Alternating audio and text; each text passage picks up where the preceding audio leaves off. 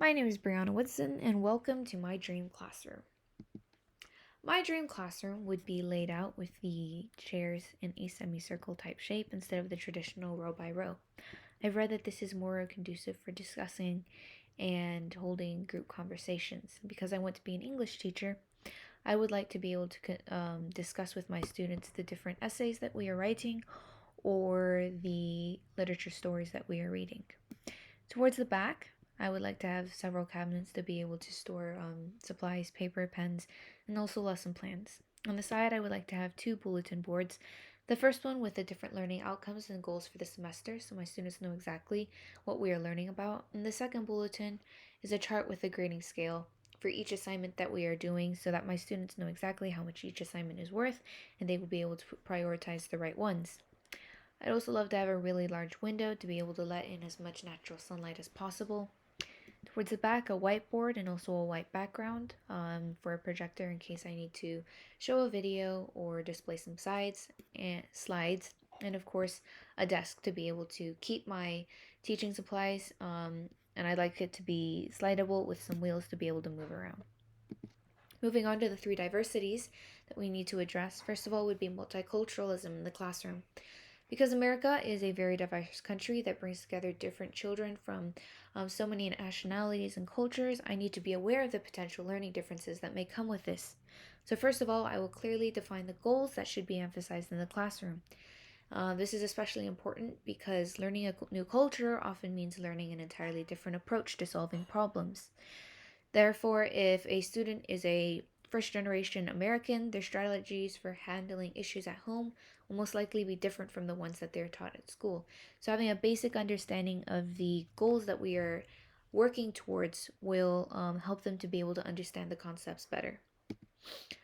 Another thing that I will need to make sure is I need to hold high goals and expectations for my classrooms because immigrant or minority groups can often be the poorest in certain communities. Children who come from these homes often don't have a solid foundation in the basics. So some teachers may feel that they need to prioritize learning the lower set goals by the standard of their grade level. I will emphasize that my classroom will need to be consistently using the basics to build up familiarity while also working towards a vision based project so that they have a better chance of succeeding in the future. Kind of entire this is bilingual education, as students who come in from another country may speak primarily one language at home, but when they come to class, they are learning in English. So there are three programs that help students transition into learning in English. And these three are transition, two-way, bilingual, and maintenance programs. They each have their own descriptions and each have their pros and cons to them. It appears, though, that according to research, that children who participate in two-way bilingual education attain higher grades than their counterparts in both proficiency and achievement. I would love to be able to teach in a bilingual school, and especially using the two-way bilingual program. I am not proficient in Mandarin, but I can speak enough to be semi conversant. And so I hope to be able to improve my skills in Mandarin in the future and be able to teach in a similar type school in the future. The third disability or issue that to address would be intellectually disabled children. These include students that are either below or above average, but this would be particularly to the intellectually disabled. Students who are intellectually disabled often have shorter attention spans, which makes it difficult for them to concentrate and follow along. So I would need to break down the lessons into smaller bite-sized pieces, adjust the assignments that I give to them or give alternate assignments to them, and also make sure that I am encouraging them and building up their self-esteem because these would be two issues that students who are intellectually disabled struggled a lot with.